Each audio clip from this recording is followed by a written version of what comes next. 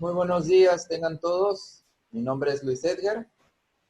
Es un privilegio para mí impartir esta especialidad.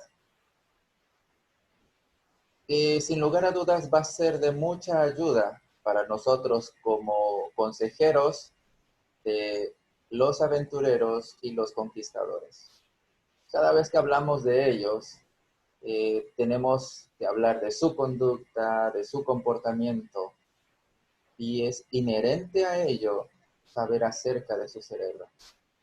Así que antes de que comencemos con nuestra especialidad, les invito a que cierren sus ojos y hagamos una oración. Querido Padre que estás en el cielo, gracias porque tú eres bueno con nosotros. Pedimos que nos acompañes durante esta especialidad. En tus manos nos ponemos. Amén. Como les decía un momento, cada vez que hablamos de conducta es inherente que tengamos en cuenta el cerebro. Así que por medio de la presentación que vamos a tener, vamos a aprender un poco más acerca de ello. Y sin más preámbulo, vamos a hablar. Pero antes de comenzar, quisiera hacerles una pregunta. ¿Alguien sabe qué es cerebro? ¿O alguien en algún momento ha escuchado hablar de la conducta? Son dos preguntas que tenemos que tomar en cuenta. Pero antes de eso, ¿por qué llevar esta especialidad? ¿Para qué me va a servir? ¿O qué relevancia tiene? Menciona aquí esto. El comportamiento humano es el reflejo directo de la anatomía y la fisiología de nuestro sistema nervioso central. En otras palabras, es importante llevar esta especialidad para que nosotros podamos entender fisiológicamente por qué nuestros aventureros, por qué nuestros conquistadores se comportan de esa manera. Es importante también tener en cuenta que esta parte de la anatomía y la fisiología controla los procesos mentales que son complejos para nosotros. ¿Cuáles son esos componentes o cuáles son esos procesos mentales? Son almacenar información, elaborar información que pueden ser utilizados en algún futuro.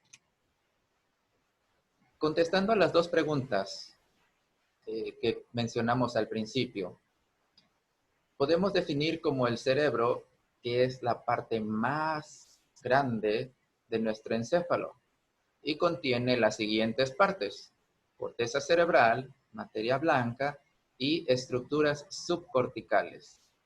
De la misma manera, el cerebro se puede dividir en dos mitades, como ya las conocemos: hemisferio derecho y hemisferio izquierdo.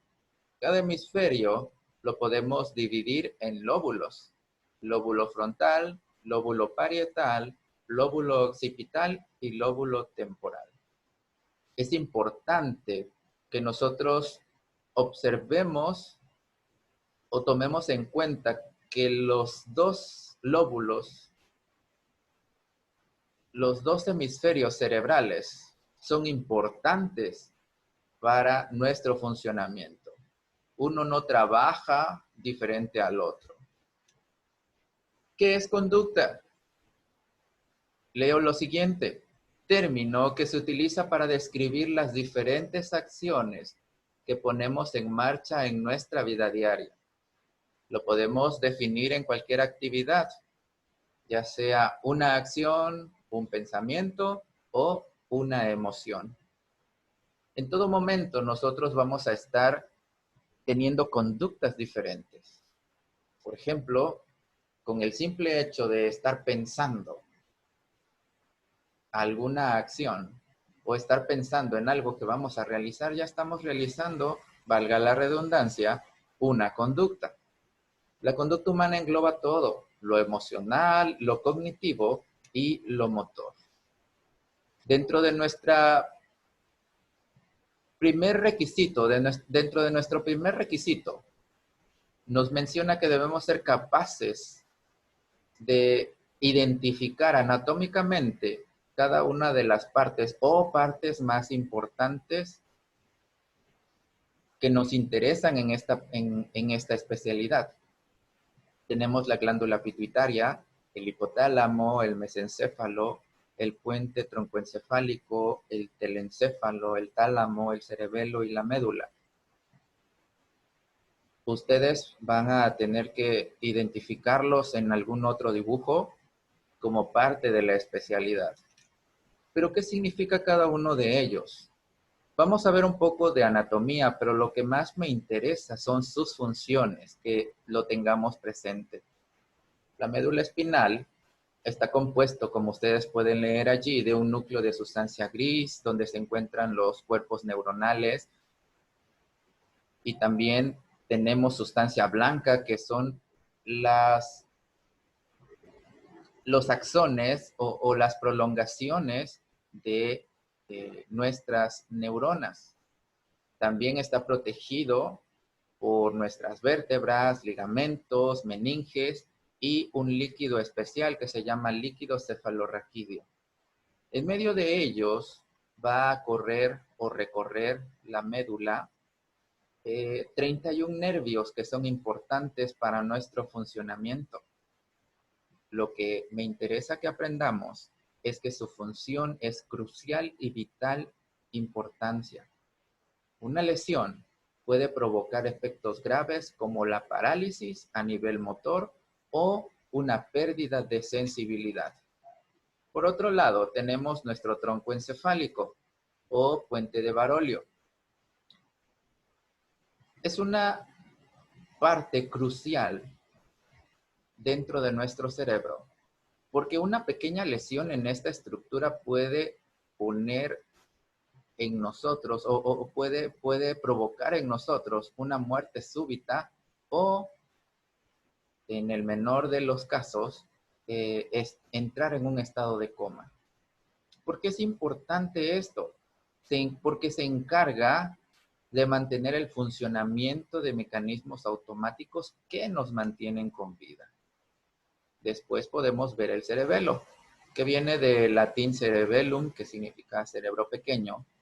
Esta función tiene una gran cantidad de fibras nerviosas que conectan a nuestro cerebelo con las estructuras encefálicas y con la médula espinal.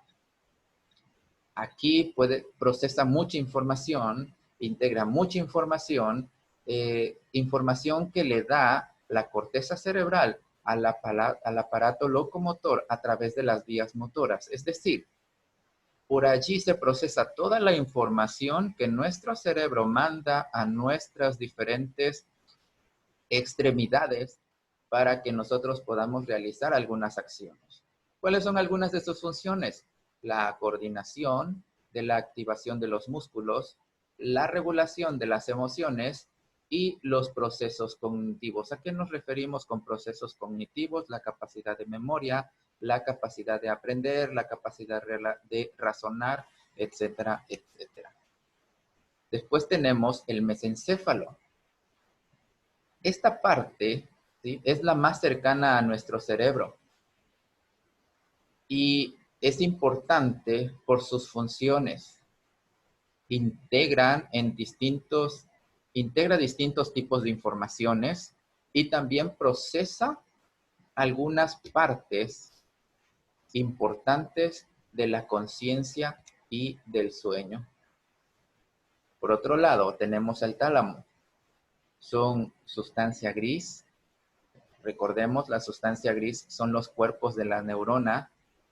Esta parte o este órgano tiene algo peculiar. Son dos y las dos estructuras tienen la misma forma y el mismo tamaño. Están unidas, menciona su texto, por una especie de puente llamado conexión intertalámica. ¿Cuáles son algunas de las funciones? Integración de los datos sensoriales. Aquí volvemos a encontrar el ciclo sueño y vigilia. Es importante en nuestra atención y conciencia y también puede regular algunas emociones.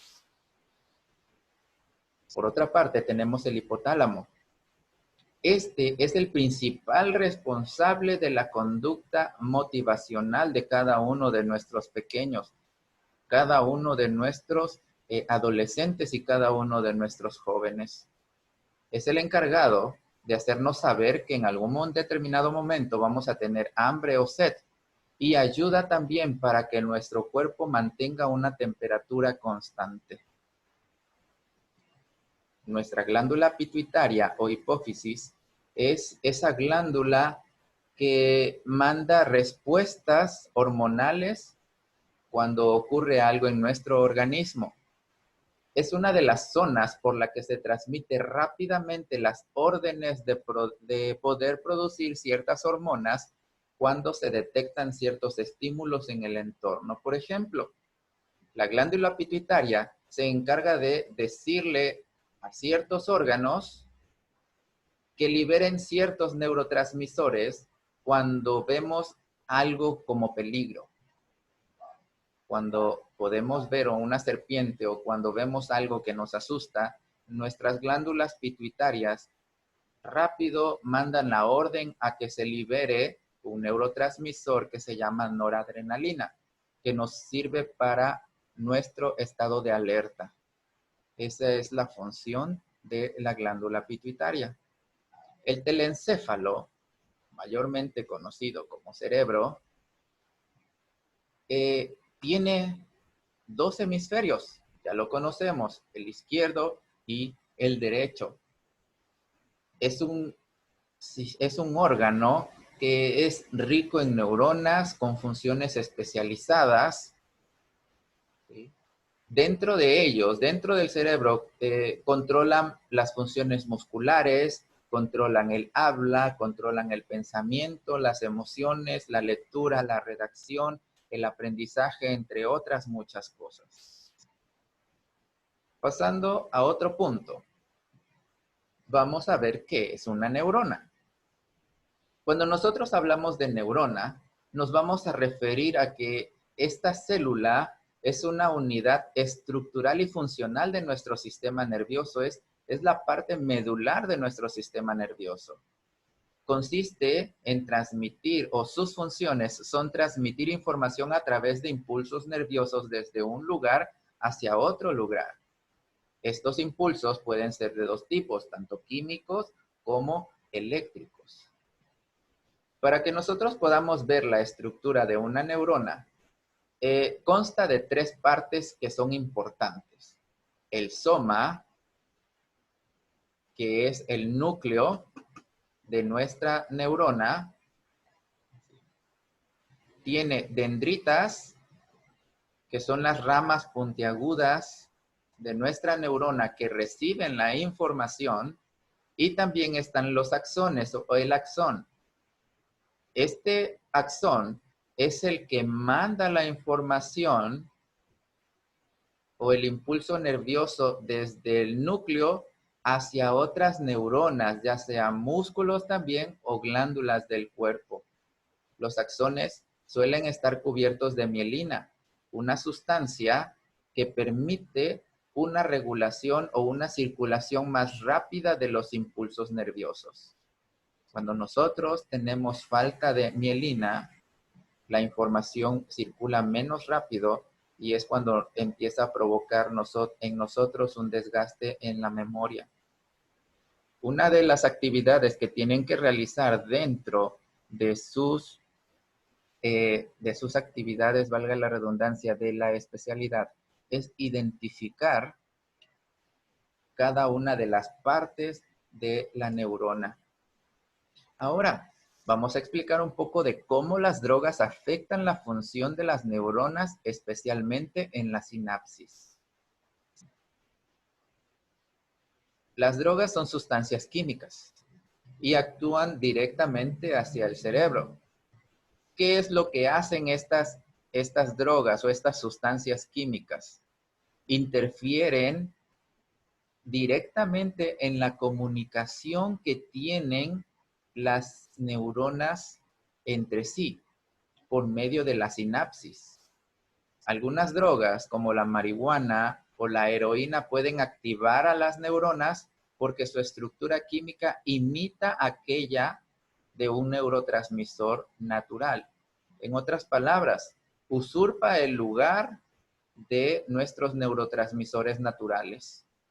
Otras drogas, como la anfetamina o cocaína, puede hacer que las células nerviosas se liberen en cantidades que sean exageradas para que nuestras neuronas durante la sinapsis puedan reciclar y almacenar esa información. Es como si nosotros tuviéramos sed, mucha sed, y en vez de tomar a través del vaso, agarráramos el garrafón y empezáramos a tomar directamente de ello. Obviamente no vamos a tener el control necesario para poder hacer que tengamos una buena ingesta de este líquido. A continuación vamos a ver algunos neurotransmisores que son importantes o los más destacados dentro de nuestro cerebro, y vamos a ver qué provoca cuando hay un déficit y qué provoca cuando hay un exceso del mismo. Comenzamos con la serotonina.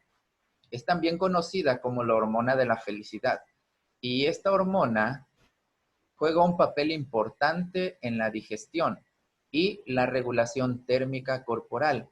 Además, hay algunos artículos que nos dicen que parece que reduce significativamente la agresividad. Ahora, ¿qué pasa cuando hay un déficit? Cuando hay un déficit de serotonina en nuestro organismo, podemos relacionarlo con la depresión, con los trastornos obsesivos compulsivos, con la agresividad e incluso con la dependencia de drogas o alcohol. Y también están inmiscuidos en ellos los trastornos de alimentación e insomnio. ¿Qué pasa cuando hay un exceso de serotonina? Provoca también en nosotros insomnio, náuseas, ansiedad, agitación y confusión. Hay un exceso de felicidad y provoca en nosotros cosas adversas en vez de que provoque cosas placenteras.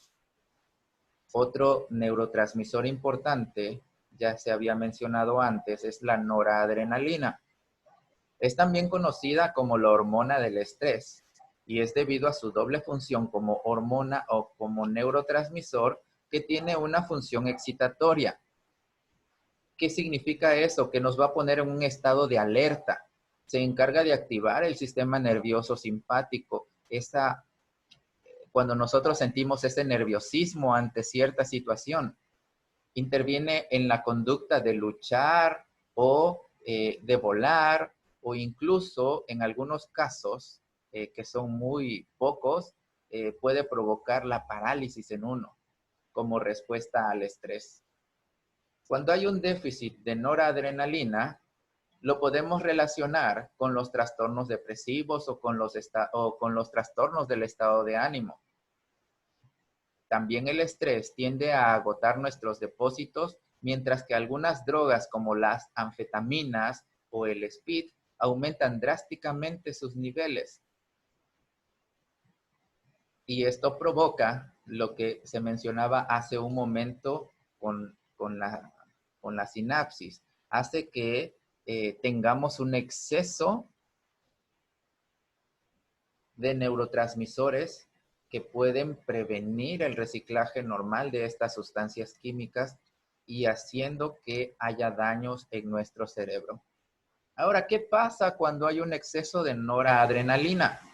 Existe el dolor de cabeza, puede provocar la hipertensión, problemas para conciliar el sueño, puede provocar ansiedad, pérdida de apetito, mal humor, sensación general de malestar, palpitaciones o arritmias. Y yo creo que esto lo hemos experimentado más de una ocasión cuando hemos estado o cuando hemos entrado en un estado de estrés.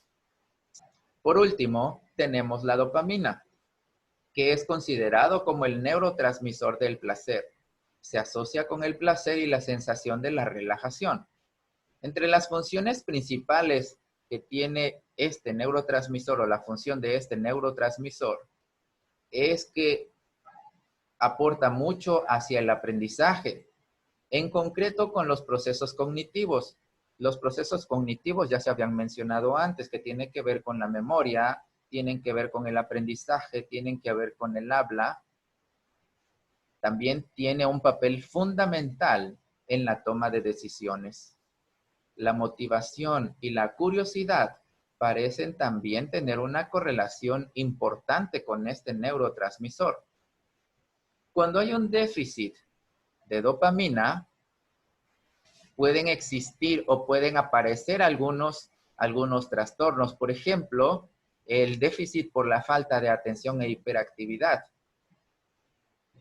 ya que la falta o el déficit de dopamina provoca problemas en la concentración. También puede existir que hayan daños en las áreas motoras y pueden provocar temblores incontrolables. Y si sigue habiendo ese déficit de dopamina, puede en algún determinado momento llegar a aparecer la enfermedad de Parkinson. Ahora, ¿qué pasa cuando hay un exceso de dopamina? La liberación de dopamina puede hacer que las personas se conviertan en adictos, ya que siempre están buscando el placer y llegar a niveles cada vez más altos. También tener un exceso de esta hormona puede conducir a manías, alucinaciones e incluso puede llegar a provocar esquizofrenia en nosotros. Creo que hasta aquí hemos aprendido algunas cosas que son importantes para esta especialidad. Pero antes de terminar, yo quiero que hagamos algunas actividades que son importantes. Por ejemplo, en esta parte,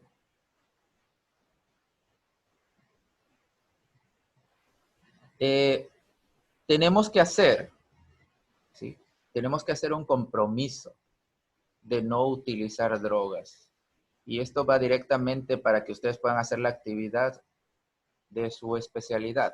Hacer un compromiso de nunca tomar drogas, salvo por razones médicas. Creo que en esta ocasión es todo lo que podemos decir. Vamos a tener una segunda parte para que continuemos con nuestra especialidad. Que Dios los bendiga y espero que haya quedado claro hasta aquí la información. Pasen un excelente día.